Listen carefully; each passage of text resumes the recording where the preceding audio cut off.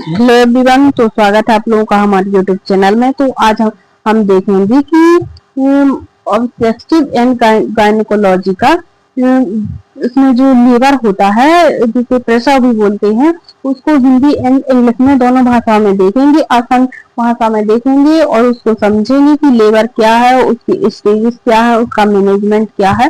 तो ये सब हम देखेंगे। तो इसका सबसे पहले हम देखेंगे इंट्रोडक्शन। तो liver is defined as series of continuous progressive contraction of the uterus that help to cervix dilation open and effective to allow the fetus to move through the birth canal. It is physiological process by which the viable fetus 28 weeks or more placenta and membrane are expelled from the uterus through the birth canal. तो इसको हिंदी में देखेंगे कि labour जिसे प्रसव बोलते हैं, गर्भाशय के लगातार और धीरे धीरे बढ़ने वाले संकोचनों की एक श्रृंखला है। तो इसमें क्या होता है कि गर्भाशय में धीरे धीरे बढ़ता है संकोचन और इसके कारण गर्भाशय का मुख खुलता है और डायलेट होता है और पतला हो जाता है। खुलता है मतलब कि इसमें सर्विक्स का मुंह खुलता है और पतला होता जाता है, जिससे खुलता है, जिससे भ्रूण जन्म नाली के माध्यम से बाहर आ जाते हैं। और वह प्राकृतिक प्रक्रिया है जिसके द्वारा 28 सप्ताह या उससे अधिक या जीवित शिशु प्लेसेंटा या झिल्लियां मां के शरीर से बाहर उत्सर्जित होती है। तो इसमें लेबर में क्या होता है कि ये धीरे धीरे होने वाली प्रक्रिया है जिसमें प्रेगनेंसी 28 वीक से ज्यादा हो जाती है। उसके बाद शिशु बाहर आता है, जिसे प्रसव कहते हैं। ये नॉर्मल प्रक्रिया है। फिर है नॉर्मल लेबर वर्जिस अबनॉर्मल लेबर। तो नॉर्मल लेबर को यूटोसिया कहते हैं और अबनॉर्मल लेबर को डिस्टोसिया। तो वो स्टैंडर्ड पैरामीटर के मुताबिक होने वाला लेबर, इसमें ऑनसेट स्पॉन्टेनियस होता है, हेड प्रेजेंटेशन होती है, वर्टेक्स होती है, हेड प्रेजेंटेशन होती है, बिना किसी कॉम्प्लिकेशन के कंप्लीट होता है और टाइम लिमिटेड होता है। तो इसमें क्या होता है कि इसमें स्पॉन्टेनियस होता है, धीरे धीरे होता है, हेड में वर्टेक्स प्रेजेंटेशन होती है और इसमें कोई कॉम्प्लिकेशन नहीं होती है, जिसे नॉर्मल लेबर कहते हैं। और अब नॉर्मल लेबर में क्या होता है, जिसे डिस्टोसिया कहते हैं, कि किसी भी वजह से लेबर की प्रोसेस में डिले या ब्लॉकेज आना, जिसमें सर्जिकल इंटरवेंशन की आवश्यकता पड़ सकती है, उसे अब नॉर्मल लेबर कहते हैं। तो नॉर्मल लेबर में क्या होता है कि ये नॉर्मल प्रक्रिया है, ये और धीरे धीरे होती है, इसमें कोई अबनॉर्मलिटी नहीं होती है। अब नॉर्मल लेबर में अबनॉर्मलिटी होती है, ब्लॉकेज होता है, डिले होता है किसी भी कारण से, जिससे सर्जिकल इंटरवेंशन की जरूरत पड़ती है। ठीक है। फिर उसके बाद देखेंगे स्टेजेस ऑफ लेबर। तो स्टेजेस ऑफ लेबर में फर्स्ट स्टेज है सर्वाइकल डायलेशन। तो इसमें क्या होता है कि सर्विक्स का 10 सेंटीमीटर डायलेशन होता है। तो फर्स्ट स्टेज में क्या होता है कि ट्रू लेबर पेन से शुरू होती है। शुरू होने से लेकर सर्विक्स की पूरी तरह 10 सेंटीमीटर डायलेट होने तक ये समाप्त हो जाती है, तक की अवस्था होती है। तो इसमें फर्स्ट स्टेज में क्या होता है कि ट्रू लेबर पेन से स्टार्ट होता है और सर्विक्स के 10 सेंटीमीटर डायलेशन पर खत्म हो जाती है।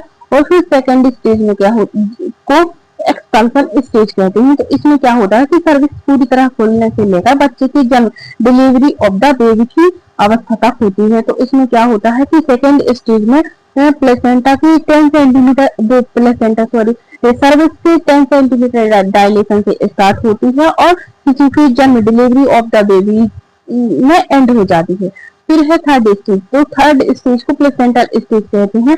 तो इसमें डिलीवरी ऑफ द बेबी से लेकर, मतलब शिशु के जन्म से लेकर प्लेसेंटा और मेम्ब्रेन के पूरी तरह बाहर आने से पर खत्म हो जाती है। तो इस अवस्था में क्या होता है कि प्लेसेंटा बाहर आता है। तो शिशु के बाहर आने के बाद तो ये स्टार्ट होती है और प्लेसेंटा के बाहर आ जाने पर एंड हो जाती है। फिर है ऑब्जर्वेशन स्टेज। तो इसमें क्या होता है कि प्लेसेंटा के बाहर आ जाने के बाद शुरुआती 1 से 4 घंटे जिसमें माँ और बच्चे की कड़ाई से निगरानी की जाती है। तो इसमें इसे ऑब्जर्वेशन स्टेज कहते हैं। इसमें क्या होता है कि प्लेसेंटा की डिलीवरी के बाद 1 से 4 घंटे तक शिशु और उसकी माँ की देखभाल करते हैं। तो इसकी 4 स्टेज थी। फर्स्ट स्टेज में सर्विक्स का डायलेशन होता है, सेकंड में बेबी आता है, और थर्ड में प्लेसेंटा बाहर आता है, फोर्थ में ऑब्जर्वेशन करते हैं। फिर है इसकी मैनेजमेंट। तो इसकी स्टेज वाइज मैनेजमेंट करते हैं। तो स्टेज फर्स्ट का मैनेजमेंट जिसे सर्वाइकल स्टेज कहते हैं। तो इसमें क्या करते हैं कि मैटरनल असेसमेंट करते हैं। क्यों? क्योंकि इसमें क्या होता है कि सर्विक्स का डायलेशन होता है, माता बहुत ही डरी हुई रहती है, इससे उसके वाइटल में गड़बड़ी हो सकती है। तो इसमें वाइटल चेक करते हैं, BP, pulse, temperature every 4 hour in the latent phase and more frequently in active phase. तो इसमें 2 फेज होती है फर्स्ट स्टेज में, latent phase and active phase. तो लेटेंट फेज में मतलब कि वाइटल चेक करते हैं 4-4 घंटे में, और एक्टिव फेज में 1-1 घंटे में भी कर सकते हैं चेक। फिर फीटल मॉनिटरिंग करते हैं। तो इसमें बच्चे की धड़कन चेक करते हैं, एवरी 15 मिनट में चेक करते हैं। नॉर्मल स्थिति में आधा घंटा में चेक करते हैं, लेकिन अगर बच्ची में हाई रिस्क केसेस है तो उसमें 15 मिनट में बार बार चेक करते हैं, हर 15 मिनट में। इसका नॉर्मल रेंज मतलब ब्रीथ पर मिनट कितनी रहती है, 110 से 160 ब्रीथ पर मिनट। कहीं कहीं इसमें 120 से 160 भी हो सकता है, नॉर्मल 140 होता है ब्रीथ पर मिनट फीटल हार्ट रेट। फिर है पार्टोग्राफ भी देखते हैं कि इसमें पार्टोग्राफ में चेक करते हैं कि short cervix dilation, descent of head, uterine contraction, ये सब मेंटेनेंस करते हैं ताकि उसकी पता चल सके कि एक्टिव फेज में बच्चे का जन्म हो जाएगा, और सेकेंड स्टेज में कि नहीं हो पाएगा, कि नॉर्मल स्थिति है कि नहीं, ये सब देखते हैं। ब्लैडर केयर भी करते हैं, एवरी 2 आवर में उसको मतलब कि यूरिन पास आउट करने के लिए बोला जाता है। अगर यूरिन को रोक के रखेगा तो उसमें contraction and blockage fetal distance हो सकता है, इसलिए यूरिनरी ब्लैडर को खाली रखना चाहिए।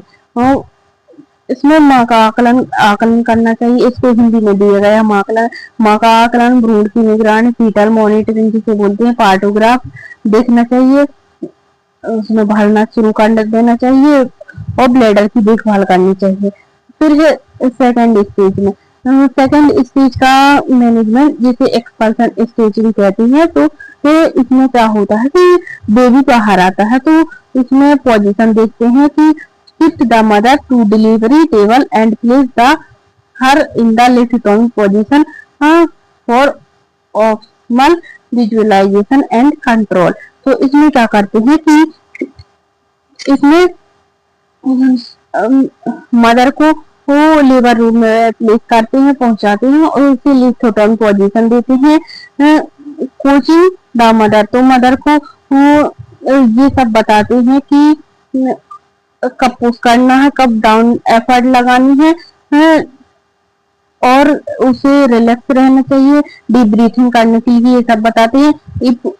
एपिजियोटॉमी, तो ये इफ रिक्वायर्ड तब देते हैं जब इसको मीडियोलैटरल एपिजियोटॉमी दी जाती है during a contraction when the perineum is bulging and head tightly is medial crowning preventing jagged perineal tear.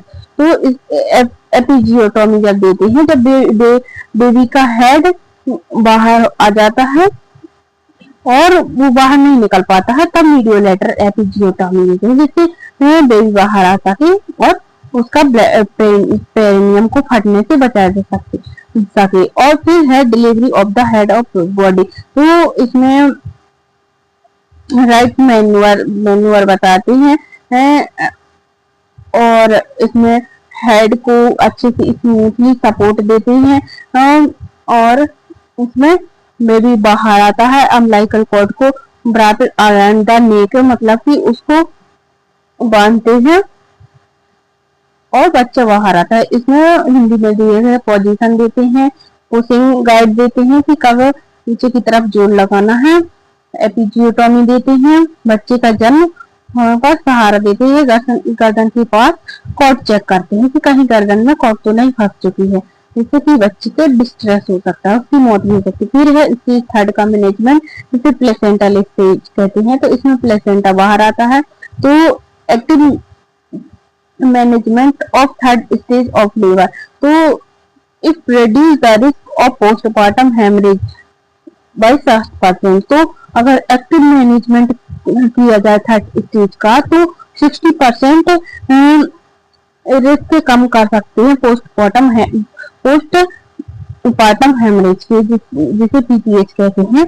तो इसमें यूटेरोटॉनिक एडमिनिस्ट्रेशन, तो इसमें ऑक्सीटोसिन 10 ml है, 10 इंटरनेशनल यूनिट देते हैं, IM देते हैं with in 1 minute baby birth after rolling out additional twin. तो इसमें बेबी के बाहर आ जाने के बाद हम 1 मिनट के अंदर मदर को ऑक्सीटोसिन देते हैं। तो इससे क्या होता है कि पीपीएच को कम करता है और कंट्रोल कॉर्ड ट्रैक्शन। तो इसमें वो apply downward traction on the cord while continuing the uterus upward from the abdomen। तो इसको हिंदी में ये सब दिया गया है, यूटेरन की मसाज करते हैं। तो इसमें ऑक्सीटोसिन इंजेक्शन देते हैं और कंट्रोल कॉर्ड ट्रैक्शन करते हैं। प्लेसेंटा को सुरक्षित निकालने के लिए कॉर्ड को नीचे और दूसरे हाथ से पेट के ऊपर गर्भाशय को ऊपर की तरफ दबाएं। तो इससे क्या होता है कि कॉर्ड ट्रैक्शन होने से बचाते हैं। फिर है यूटेरन मसाज, यूटेरन को मसाज करते हैं ताकि वह कड़ा हो जाए और ब्लीडिंग तुरंत रुक जाए। फिर है फोर्थ स्टेज का मैनेजमेंट, जिसे ऑब्जर्वेशन स्टेज कहते हैं। तो वो इसमें वाइटल साइन चेक करते हैं एवरी 15 मिनट, फर्स्ट हावर पहले घंटे में 15-15 मिनट में चेक करते हैं।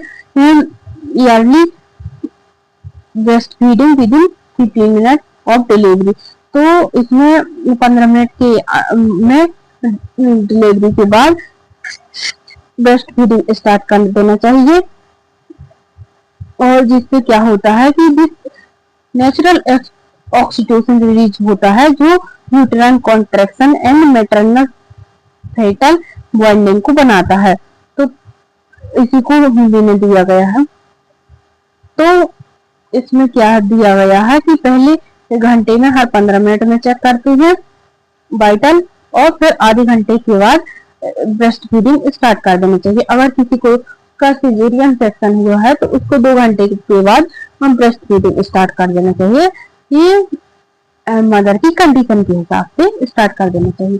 तो ये था हमारा लेबर की डेफिनेशन, उसके स्टेजेस और उसका हर स्टेज का अलग अलग मैनेजमेंट दिया गया है। तो अगर हमारी वीडियो अच्छी लगी तो वीडियो को लाइक कीजिए, चैनल को सब्सक्राइब कीजिए और ताकि अच्छी वीडियो आती रहे। धन्यवाद।